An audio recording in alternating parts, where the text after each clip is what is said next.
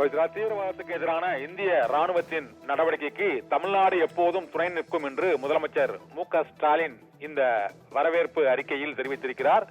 போர் நடவடிக்கையை தொடங்கியுள்ள இந்திய ராணுவத்திற்கு தமிழ்நாடு எப்போதும் துணை நிற்கும் என்றும், பகல்காம் தாக்குதலுக்கு பதிலடியாக இந்திய ராணுவம் 9 தீவிரவாத முகாம்களை தாக்கி அளிக்கப்பட்டதற்கு முதலமைச்சர் மு.க.ஸ்டாலின் வெளியிட்டுள்ள ட்விட்டர் செய்தியில் வரவேற்பு தெரிவித்துள்ளார். இந்திய ராணுவத்திற்கு எப்போதும் நாங்கள் துணை நிற்போம் என்றும், ஆபரேஷன் சிந்தூர் நடவடிக்கையில் தீவிரவாத முகாம்கள் அளிக்கப்பட்டதற்கு முதலமைச்சர் மு.க.ஸ்டாலின் வரவேற்பு தெரிவித்திருக்கிறார். இதே போல பல்வேறு மாநில முதலமைச்சர்கள் மற்றும் காங்கிரஸ் கட்சியின் எதிர்கட்சி தலைவரான ராகுல் காந்தி உள்ளிட்டோரும் ஆபரேஷன் சிந்தூர் தாக்குதல் நடத்தப்பட்டதற்கு வரவேற்பு தெரிவித்திருக்கிறார்கள். இந்த தாக்குதல் தகுந்த நேரத்தில் பாகிஸ்தானுக்கு பதிலடியாக கொடுக்கப்பட்டிருக்கிறது என்றும், பயங்கரவாதத்திற்கு எதிரான இந்திய ராணுவத்தின் ஒவ்வொரு நடவடிக்கைக்கும் நாங்கள் எப்போதும் துணை நிற்போம் என்றும், இந்த தாக்குதல் பாகிஸ்தான் ராணுவத்திற்கு சரியான ஒரு பதிலடி என்றும் எதிர்கட்சி தலைவர் ராகுல் காந்தி மற்றும் தமிழக முதலமைச்சர்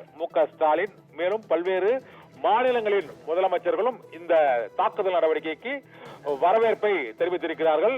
இந்த புல்வாமாவில் தாக்குதல் நடத்தப்பட்ட போது சர்ஜிக்கல் ஸ்ட்ரைக் தாக்குதல் நடத்தியதை போல இந்த பகல்பூர் தாக்குதலுக்கு பதிலடியாக இப்போது 9 தீவிரவாத முகாம்கள் மீது ஆபரேஷன் சிந்தூர் என்ற பெயரில் இந்திய ராணுவத்தின் முப்படை பிரிவினரும் நேற்று நள்ளிரவில் இருந்து தாக்குதல் நடத்தியதற்கு இந்தியாவில் பல்வேறு மாநிலங்களின் முதலமைச்சர்கள் மற்றும் எதிர்கட்சி தலைவர் ராகுல் காந்தி உள்ளிட்ட அனைத்து தரப்பினரும் வரவேற்பு தெரிவித்திருக்கிறார்கள். இதே போல இந்த பகல்பூர் தீவிரவாத தாக்குதலில் உயிரிழந்த உறவினர்களும்